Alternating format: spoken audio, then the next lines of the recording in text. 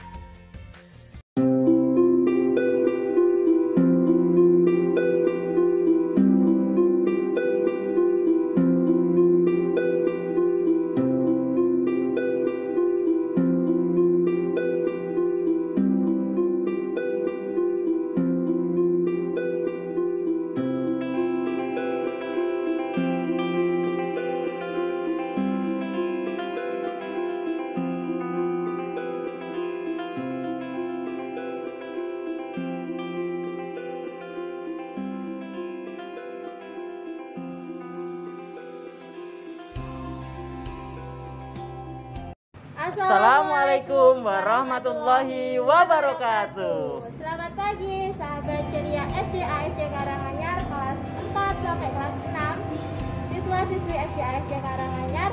Nah, kita di sini akan belajar bareng di mana Pak Wahid? Di Monumen Pers Nasional. Ya, Monumen Pers Nasional ini terletak di Surakarta. Nah, nanti teman-teman apabila pergi ke Surakarta nanti bisa mampir di Monumen Pers ini.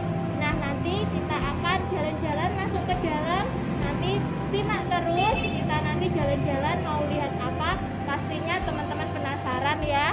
Terus kemudian nanti di setiap sesi kita akan mempunyai pertanyaan. Nanti ada 3 pertanyaan. Nanti siapa yang cepat dan siapa yang beruntung untuk menjawab pertanyaan nanti dapat hadiah dari kami. Oke ya Pak Wahid ya. Saksikan terus di SD ASC TV.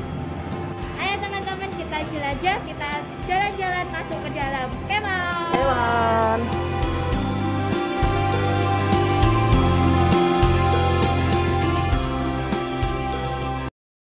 Assalamualaikum warahmatullahi wabarakatuh. Salam sejahtera bagi kita semua. Selamat datang murid-murid atau anak didik dari SD ASC Karanganyar beserta ibu guru selaku pembimbing pelajaran. Saya mewakili Monumen Pers Nasional. Terima kasih sekali adik-adik bisa berkunjung walaupun via virtual. Monumen Pers Nasional ini merupakan pembelajaran buat kita semua. Kita harus selalu mengenalkan museum, terutama di Monumen Pers ini, karena semua mata pelajaran kesejarahan ada di Monumen Pers di sini. Pesan terakhir buat anak-anak didik di SD ASC Karanganyar, jaga kesehatan, jaga protokol kesehatan. Mudah-mudahan sukses apa yang dicita-citakan. Terima kasih. Wassalamualaikum warahmatullahi wabarakatuh. Nah teman-teman, ini adalah prasasti peresmian Monumen Pers Nasional. Nah ini Monumen Pers ini didirikan atau ditandatangani oleh Bapak Soeharto itu pada tanggal 9 Februari 1978. Nah tahun ini apakah teman-teman sudah lahir? Nah tentunya belum ya teman-teman. Kuliah aja juga belum lahir.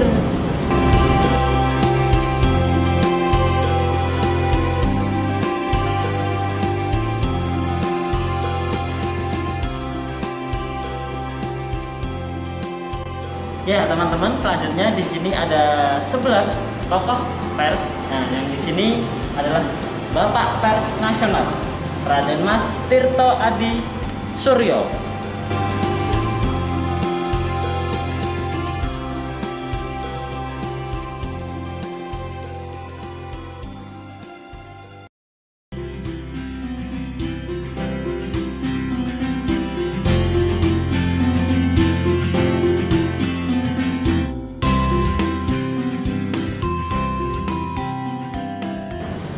Nah teman-teman, dari tadi itu kita ngomongin tentang museum pers. Nah pers itu apa sih? Jadi sebelum Indonesia merdeka itu kan Indonesia dijajah oleh banyak negara, terutama Belanda, Jepang dan sebagainya itu menjajah di Indonesia. Terus kemudian Indonesia kan merdeka. Nah habis merdeka itu bangsa Indonesia itu harus menyebarluaskan berita itu ke seluruh masyarakat, seluruh warga Indonesia. Dengan cara apa? Nah, dengan cara menyebarkan beritanya itu melalui koran. Nah, ini di sini itu ada banyak sekali koran-koran yang diabadikan. Nah, ini koran yang pertama kali yaitu di tahun 1945.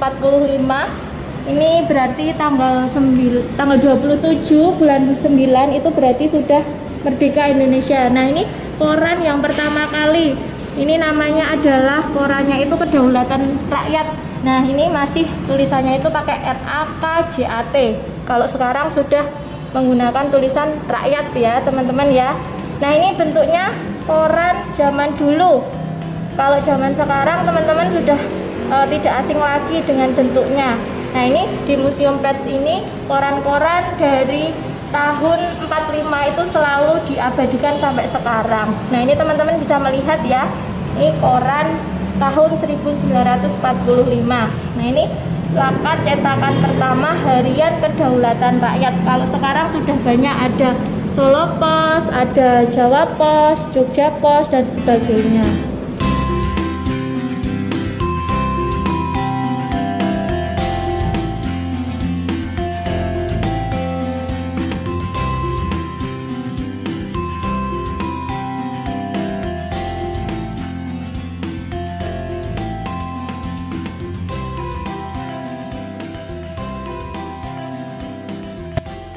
Ya teman-teman, sekarang mari kita lanjutkan ke ruangan pamer sejarah pers. Ya, yuk kita ke sana. Pasti teman-teman penasaran. Kita juga penasaran.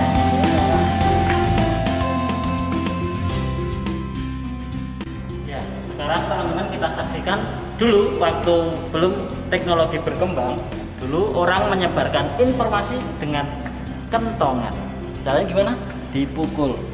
Mungkin teman-teman pernah lihat di pos kampling itu ada urut-urutannya. Kalau satu kali berarti ada orang mati dan seterusnya.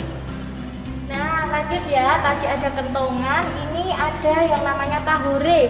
Ini kayak cangkang kerang ya, teman-teman. Nah, ini bentuknya.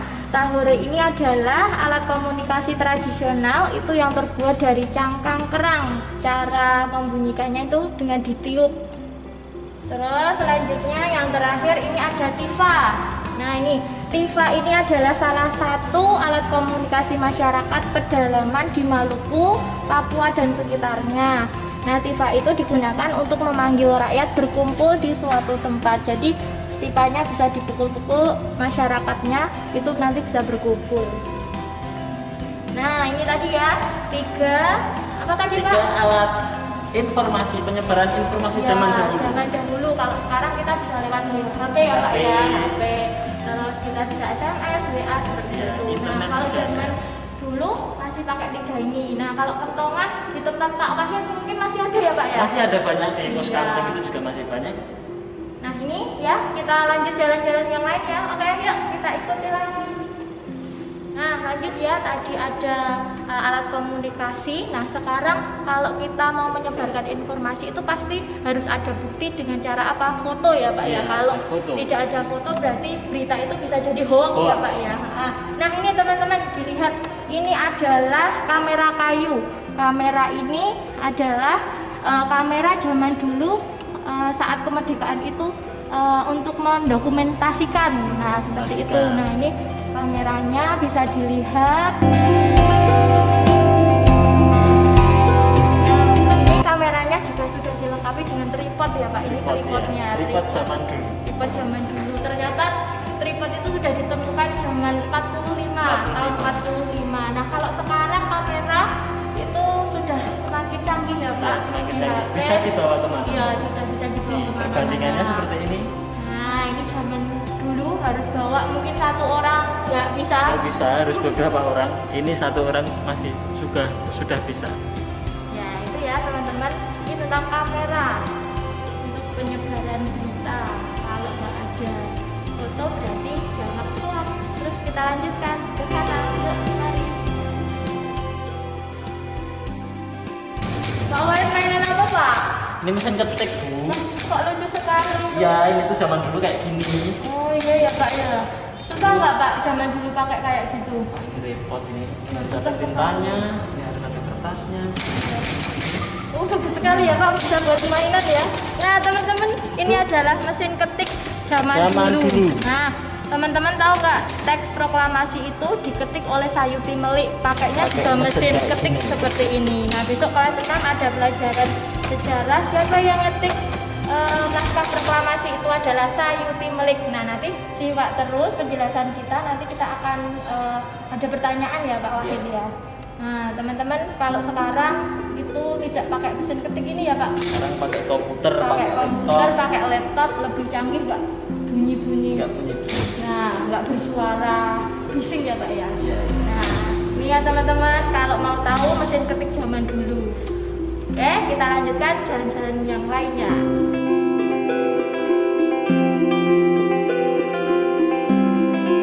Nah teman-teman, ini bisa dilihat ya, ini adalah bentuk fisik radio yang masih tersimpan.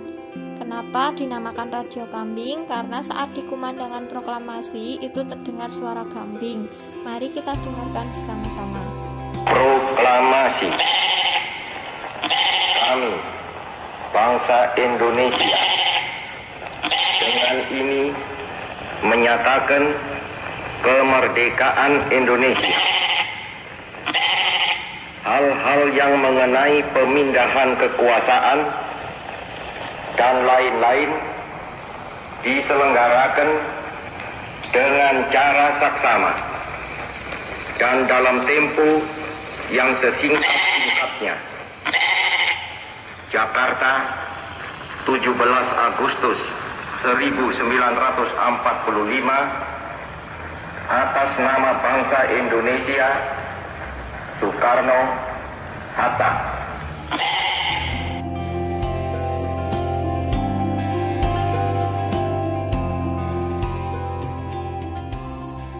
Yuk teman-teman, kita lanjutkan jalan-jalan ke museum Pers yang lainnya. Yuk.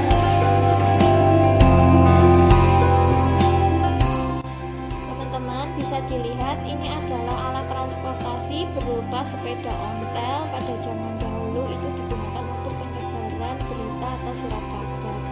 Koran zaman dahulu seperti ini Pak, koran tahun 82 teman-teman, masih tersimpan dengan rapi, tidak ada yang lecet satupun.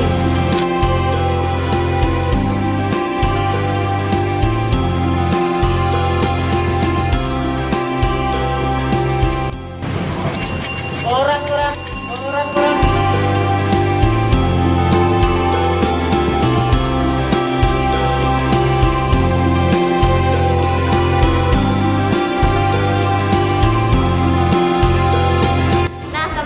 Kita tadi sudah berkeliling di Museum Pers Nasional di Surakarta. Nah sekarang Bulia sama Pak Wahid akan memberikan pertanyaan kepada kalian semuanya. Nah nanti pertanyaannya bisa dijawab di kolom komentar. Jangan lupa dikasih nama dan juga nomor absen dan juga kelasnya. Tapi nomor absen nggak usah dikasih, tidak apa-apa. Hanya nama dan juga kelasnya. Ya kelasnya yang lengkap ya. Nanti biar Bulia sama Pak Wahid bisa menilai siapa yang menjawab pertanyaan dengan tepat dan beruntung, nanti bisa dihubungi oleh Mimin, akan diberi hadiah dari kita semuanya. Nah kita simak pertanyaannya, dengerin baik-baik. Pertanyaan yang pertama, apa Pak Wahid? Ya, pertanyaan pertama, siapakah Bapak Pers Nasional? Nah Bulia ulangi pertanyaan tadi, siapa nama Bapak nasional. Tadi sudah dijelasin sama Pak Wahid ya. Ya, itu tadi pertanyaan yang pertama. Terus kemudian kita langsung kasih pertanyaan yang kedua, gimana Pak Wahid? Nah, pertanyaan pertama di skip dulu, nanti dijawab, silakan dijawab dulu. Nah, tadi kita sudah berkeliling. Ya, berkeliling saja ya Pak. Kalau berkeliling-keliling nanti malah muterin semua Solo ya. Nah, kita sudah berkeliling di Museum Pers. Nah, pertanyaan kedua langsung saja ya Pak ya. Nanti habis ini kita akan jalan-jalan lagi di Museum Keris Surakarta.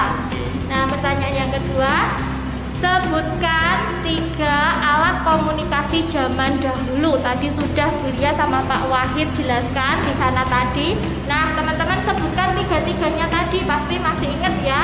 3 alat komunikasi zaman dahulu ya, sebelum ada HP, radio dan sebagainya.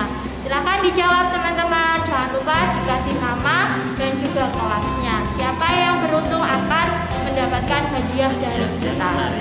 Yang menarik terutama. Oke, nanti kita lanjutkan ke Museum Keris ya Pak. Ya, ini kita cukupkan untuk perjalanan kita di Museum Pers ini. Semoga bermanfaat untuk teman-teman semuanya. Nanti insya Allah kalau sudah pandemi ini selesai, kita akan ajak langsung ya Pak ke sini. Bisa jalan-jalan ke sini, keliling-keliling, menikmati peninggalan sejarah. Nah, peninggalan sejarah di museum ini. Nah, museum itu didirikan itu untuk merawat barang-barang yang dahulu kala.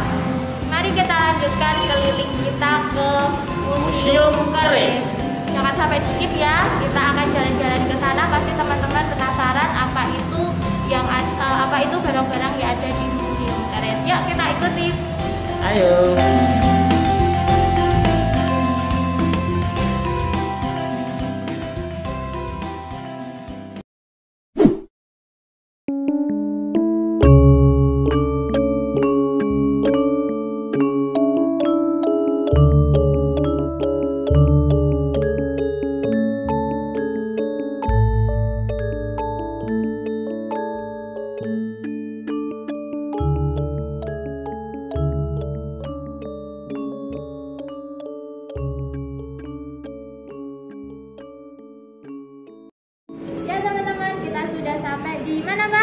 Di Museum Keris. Nah, ini dia Museum Kerisnya ya. Kerisnya besar sekali. Sangat besar. Ya. Oke. Nah, ini tempat kerisnya ya, Pak ya? Ya, ini wadahnya. Kalau ini kerisnya. Nah, teman-teman pasti penasaran.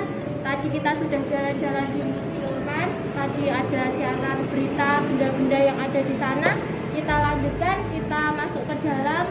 Museum Keris. Ya, kita akan mencari tahu di dalamnya itu nanti ada apa saja. Oke teman-teman, kita masuk ke dalam. Tetap ikuti kita nanti perjalanan di dalam Museum Keris. Nanti tetap masih ada pertanyaan untuk kalian. Kita masuk.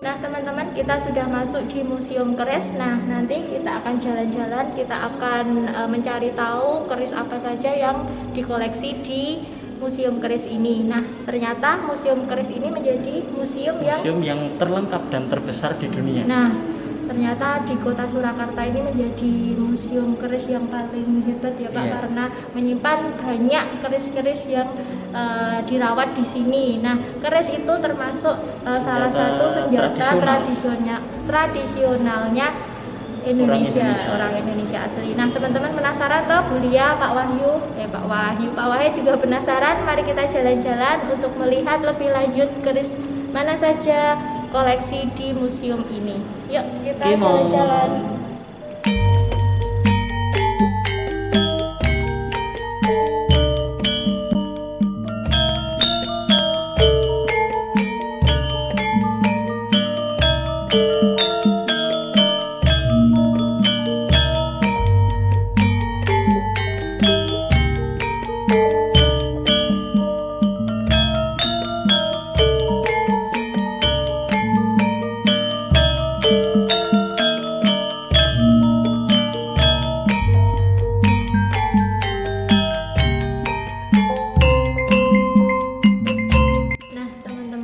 tadi kita sudah melihat koleksi keris di Museum Keris ini ya teman-teman. Nah ini sekarang kita melihat apa Pak ini Pak?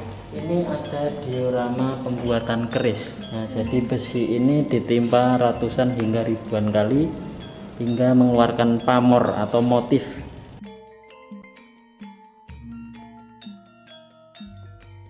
Nah teman-teman nanti bisa lihat ya pembuatan keris, berarti pakai bawahnya api ya Pak ya? Iya, Api yang membara, terus kemudian ditutok-tutok, dipukul-pukul sampai tipis, sampai lincip ya Pak ya.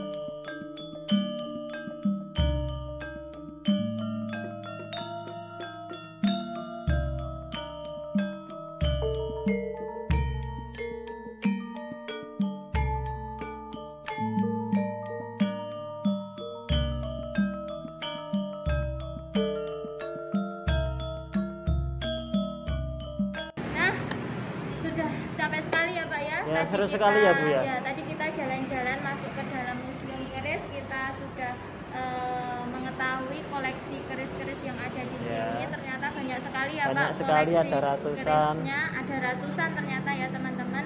Nah sekarang tiba waktunya kita akan memberikan pertanyaan lagi, pertanyaan yang ketiga kita sambungkan dengan pembelajaran yang ada di sini. Oke teman-teman silahkan disimak pertanyaannya. Ini pertanyaan yang ketiga, nanti siapa yang bisa menjawab dan yang paling beruntung nanti dihubungi Mimin untuk mendapatkan hadiah. Oke, nah pertanyaannya akan dibacakan oleh Pak Wahid. Monggo Pak Wahid, pertanyaannya apa? Yang seru Pak. Oke, sekarang pertanyaan ketiga adalah coba jelaskan secara singkat pembuatan keris. Nah teman-teman silahkan ditulis di kolom komentar bagaimana cara pembuatan keris secara singkat saja ya. Nanti silahkan ditulis, dikasih nama dan juga kelasnya. Nanti yang beruntung akan mendapatkan hadiah dari kami. Nah gitu ya teman-teman, semoga bermanfaat. Kita sudah jalan-jalan tadi, yang pertama di Museum Pers, yang kedua di mana Pak? Museum Keris. Di Museum Keris. Nah semoga menjadi tambahan ilmu bagi teman-teman semuanya, karena kita harus belajar terus tentang sejarah ya Pak ya. Jangan lupakan sejarah, karena sejarah itu menjadi pembelajaran bagi kita dan para pejuang itu sudah memperjuangkan kemerdekaan dan kita di sini harus menghormatinya, menghargainya dengan cara ini kita berkunjung ke museum biar kita tahu sejarahnya. Terus yang kedua kita harus berdoa karena para pejuang itu sudah mempertahankan Indonesia ya Pak Wahid ya. Nah itu dari Bu Lia dan Pak Wahid. Terima kasih ya teman-teman. Terima kasih. Semoga bermanfaat untuk kalian dan terima kasih atas perhatiannya teman-teman, dan semoga kita semuanya bisa sehat dan pandemi ini bisa berakhir dan kita bisa jalan-jalan langsung, tidak live streaming seperti ini ya Pak ya. Ya terima kasih. Wassalamualaikum warahmatullahi wabarakatuh.